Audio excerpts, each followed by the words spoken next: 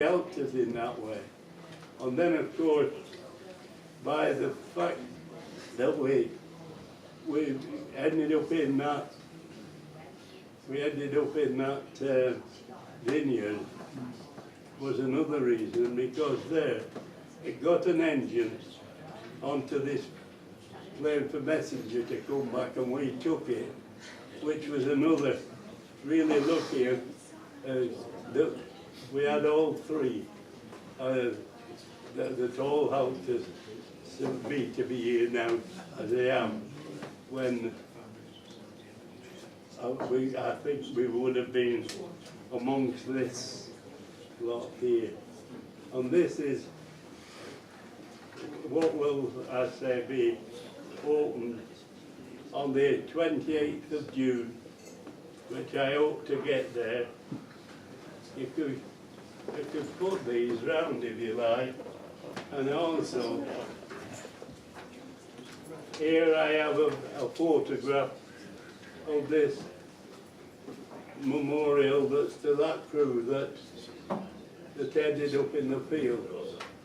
And it's a good few years ago when we dedicated this to the crew that went into the field opposite us.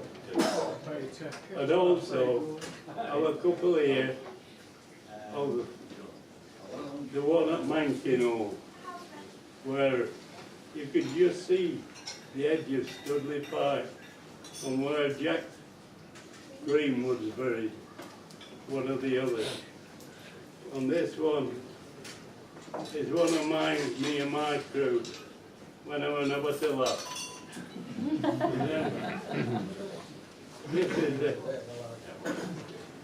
This is the logbook of my bomb. Somebody stole mine years ago in the 50s. But all the trips in here were what I did, just like he did when we were on the squadron.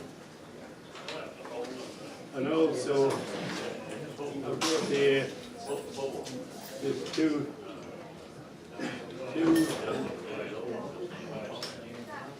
of all the trips we did. This one after one, including when I came back after we've been in hospital. And we were in hospital for 6 weeks, Bill and I. Now Bill, he had trouble with his eyes. He was a flight engineer, and looking out a lot at night. We used to say when he landed, he said, "Hey Bill, you look like Popeye." Charming. I said to Bill, we both came. We both 6 weeks. I mean, to say the perspex was behind his head, he had 50 odd pieces of perspex in his knee. How do you count for that? You can't believe it, can you? Anyway, we had to go and we were seeing this officer. We had to go back to our own drama.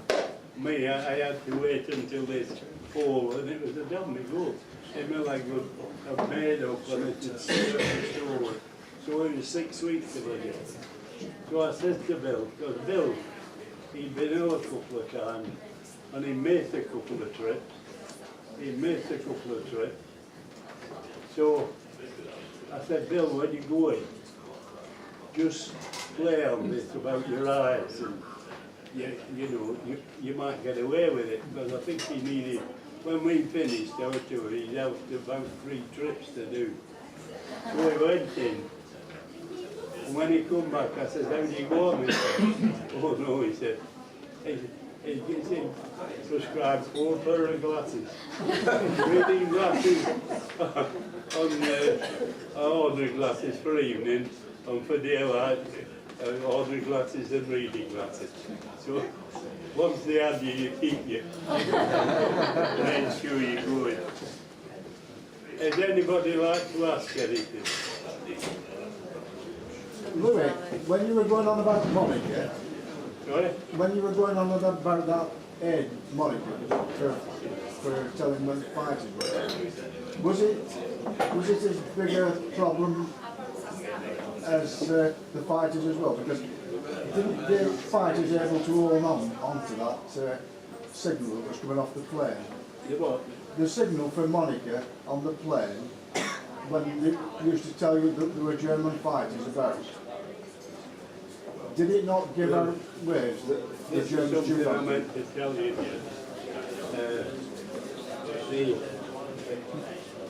This here, has anybody listened to that Bobber Boys that were on television? It was only a few weeks ago. Well, that, he actually said when he was a German night fighter, and he flew in a 210, Messerschmitt 210, or football 210, whichever it was. And we didn't know this. I mean, when they attacked, and that's why they were getting so many. They didn't come, the gunners couldn't see him because he was down here, they were underneath. They were down here, and he stayed down there until you were ready, and then he across like that on fire. And he said about the Monica, which after a week or two it became visual Monica, and I had this set on. But they knew about it before we even had it in the plane. They must have had 5 where these Monica blues, and they had the frequency and everything. And it was doing them more good than it was doing us. And they were using this, and then they coming up and firing on the way, you know. Because I'd seen it happen time and again, over Berlin and over the Ruhr, and on various other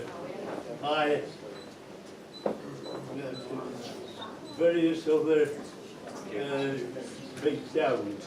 And where we could, like being in Lancs, they were like Stirling and Halifaxes mainly, and some Wellington. But we could usually get higher than any of the others, and we always wanted to be up somewhere between 20 and 22,000. And then we were looking down and you could see them over the target. And I've seen time and again where they were up there in Halifax when it was.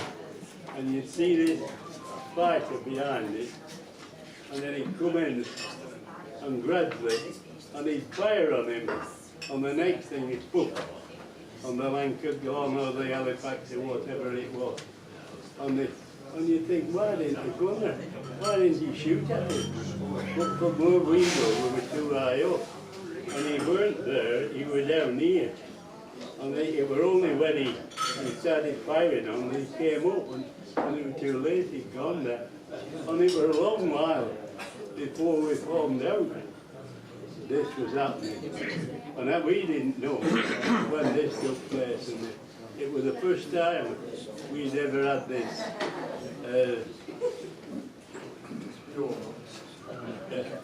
Monica. It was the first time we'd had Monica, and it was obvious that we didn't know enough about what they were doing. This fella's talk, I think he talks about shooting 8 down in one night, and this is the sort of thing that used to happen. If anybody would like a look at these? Louis, I'd like to ask you a question. Sorry? You know, I'd like to ask you a question. You know, like you lads, you're in the thick of it. Sorry? All you airmen at the time, all young lads were in the thick of all the fighting was going on. How did you feel later on in life when the government and the top brass in the RAF didn't recognise Bomber Harris? They didn't, you know, how did you feel about it? We always, that's why we feel. How did you feel about it? We felt terrible about it, because we thought that he should have had recognition, as I said at the beginning. He should definitely have had as much as any other Montgomery or any of them. He should have had as much as any of them. What he did. He was dedicated to Bomber Command. And for 4 years, we were the only branch of the service that was hurting them. For 4 years, there was nothing till the second front that was hurting the Germans on their own soil. And it was the first time it's happened. And then Churchill let us down at the end when he should have had it. And that's why we've got these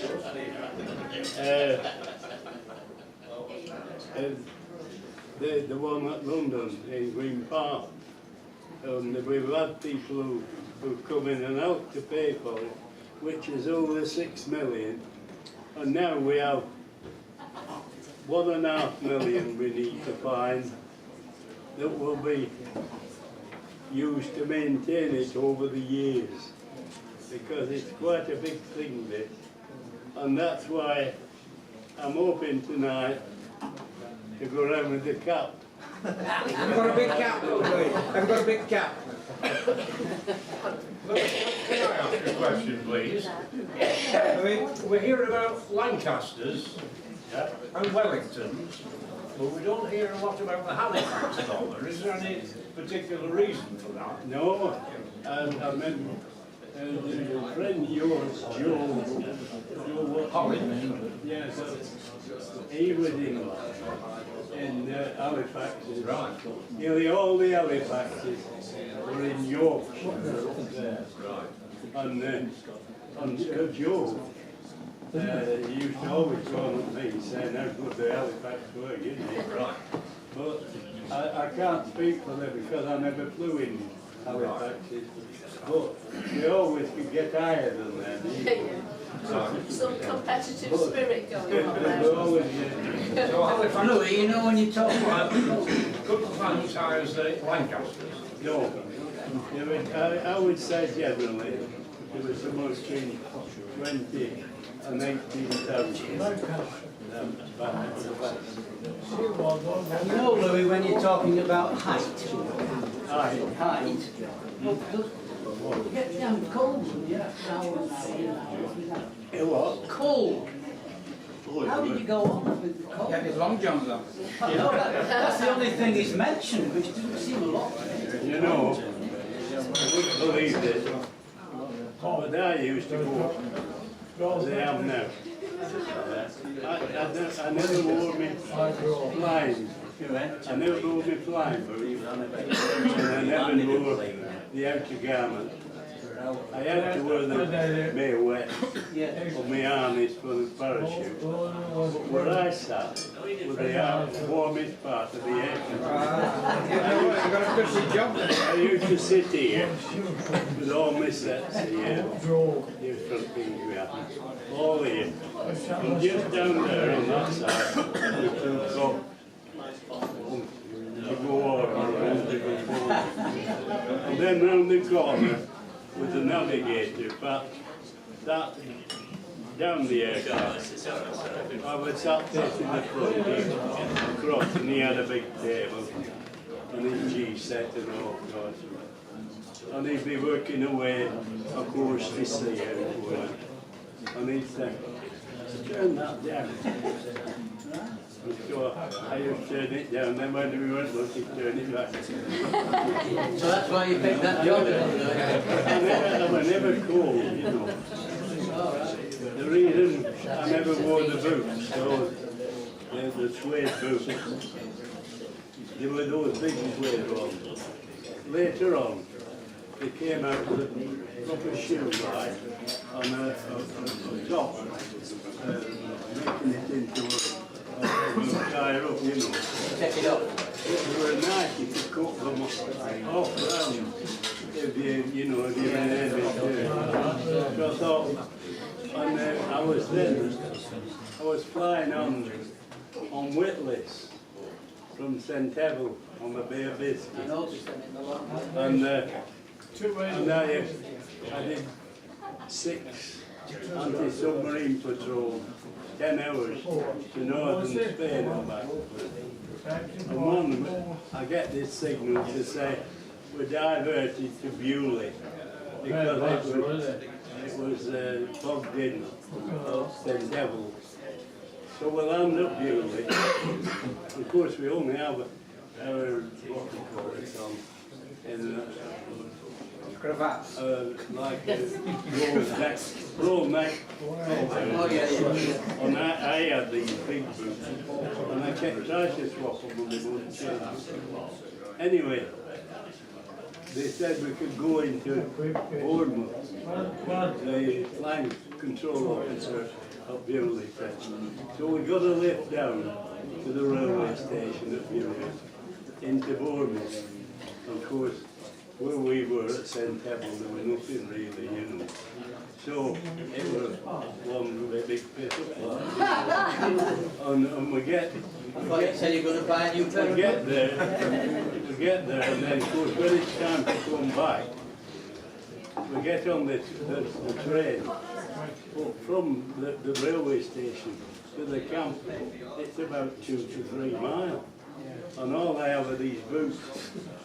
I ended up honestly, because I could feel every stitch of my sock. I had my boots around my neck, and I walked in my stocking feet. So I thought, if I ever come down in Germany with these, I no chance. Any more questions from anybody? Yes, right. It's been an absolute privilege to see you. I must say that's been an absolute privilege. I feel like a little boy, maybe feel like a little boy being sat here. Just, it's been amazing. But I could ask you a question. What was your last mission? As frightening as your first mission?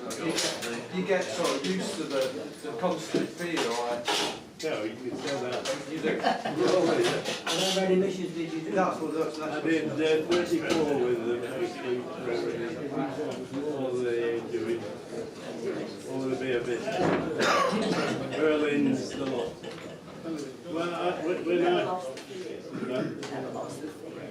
oh no. No, you always, I mean, what used to, I'll tell you, in the morning, somebody calls, somebody will see and say, you're on tonight, and that's a hit. Then you always have this feeling, you know, you knew, well, I mean, it was obvious you know that the odds are just as great on being you as being the next man, you know. And at that time, we were losing a hell of a lot in middle of 1943 because it was nearly all on the rules. Because summer nights, short nights, and we just over the border into Germany, and all those towns were good targets, you know. Dortmund, Duisburg, Düsseldorf, Wuppertal, all the ones in the road until the night became longer and we could go to Berlin, you know. But those were the two that really we didn't like more than any other. One was Essen, were the big crops, as you know, the big log for steelworks, and the other was Berlin. But there was one more, I'd like to tell you about this. There was one more that I was on, which was one of the finest raids that we ever had. And one that saved the war. We would possibly have lost it, and that was Peenemünde. I don't know if you've ever heard of it. That was a big buzz bomb on the B2s were built. And when they did the briefing for that, and this was one really, which is just as lucky for me, because the briefing, they had a camera that just projected this way in the Baltic, and it was just a projector with a little sort of monument at the end of it. And that's the only place they knew. It's the only place they knew of. And 2 spies had sent these words. And these were, all the briefing was just showing this. And they said, what you have to do, and we were doing it for a week or 2, a time and distance road. And you had to be at 6,000 feet dead on. And on a certain heading, the navigator, on his watch, he had to count the seconds to the pilot, and then he was to drop his bomb. Well, that were all right. But when we got out to the aircraft, there was, on the night that we were going, the rear gunner, he found that his guns would work, the elevation and depression of the 4 Browning. It worked from behind one engine, the hydraulics, and they weren't working. And we all wanted to go on this because it was something different. Normally 20,000 feet, this was 6,000 feet. So the pilot argued with the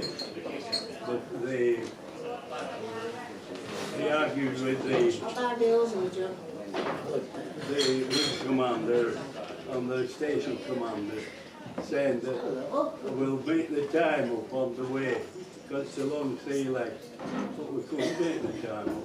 Because when you went to the Ruhr, and when it was only a few hours daylight, we had to do a cross-country and get your height over England before you set off.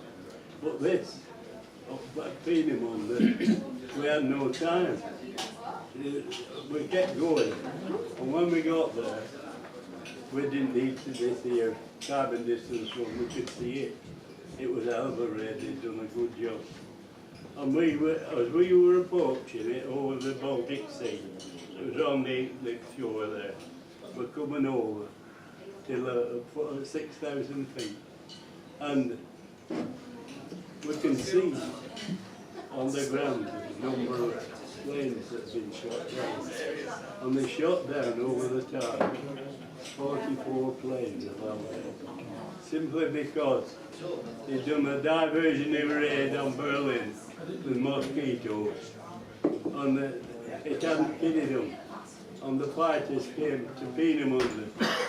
And as we approached over the sea, and we can see it all there, we have a naming point photo for it because all the smoke was drifted off and we could see these planes. And it was one of the first master bomber raids that they did when they told them what to bomb and going on the green targets or red what. And just as we were about 5 minutes to dropping a bomb, the bomb leader who were in charge said, "Wizard Prime, good show chap, signing off," and he was going home and we hadn't taken bombs. But if we'd have been on that first wave, we could have been one of them on the ground, you know. Amazing. Any more questions for this incredible speaker? Can I just say something? Yes. It's been an absolute joy to listen to you speak tonight, Louis. It really has. Really enjoyed it. But I want to say that my hubby and my husband and I, we're gate crashers tonight. We have noted that. We came for a meal and we got a bonus. And we got a second dessert. Question from here, Louis. Question from here. Tell them about Cologne. But, Tell them about Cologne. oh yeah. I am. Excuse me, I need to pay a call.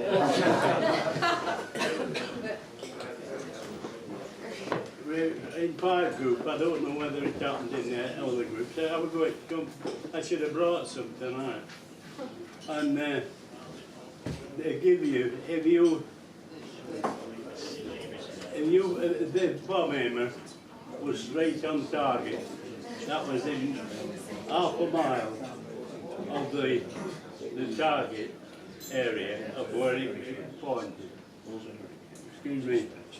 If you were in half a mile, on 5 groups, you got a photo of a leg, you know, about that big picture, with all the crew's names underneath. We got 5 of them, which was really good, because you see, when you drop your bombs, you also took a photograph.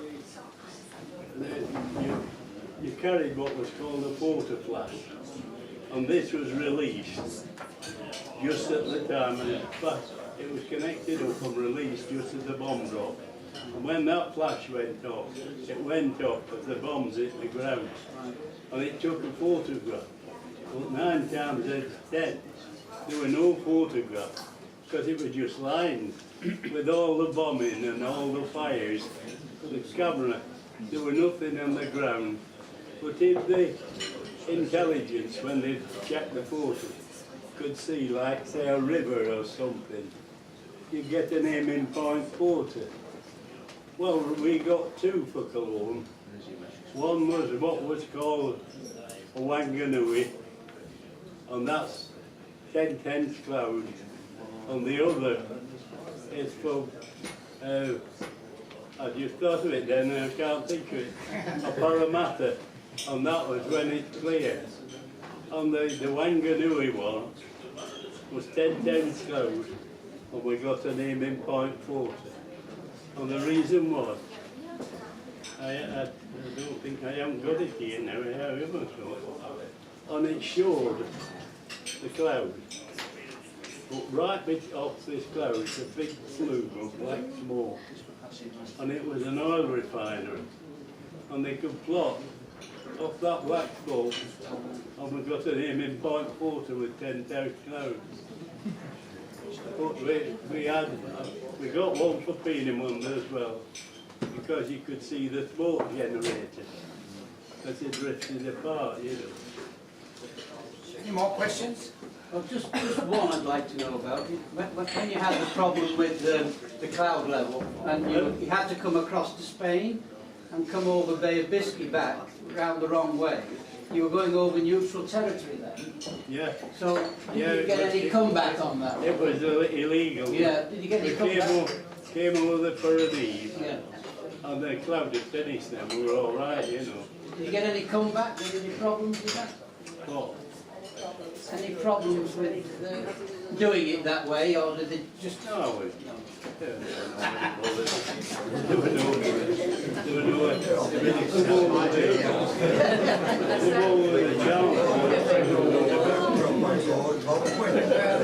Right, ladies and gentlemen, I think it's been a wonderful evening, and I'd like everybody here to show our appreciation to this wonderful man.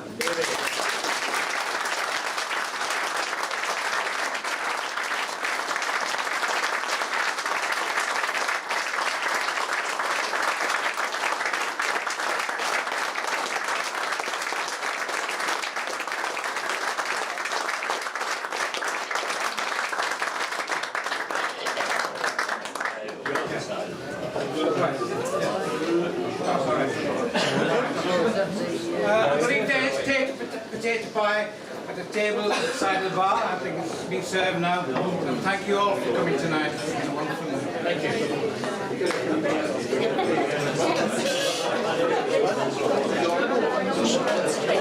Make sure Louis gets his little logbook back. Going round somewhere, Louis.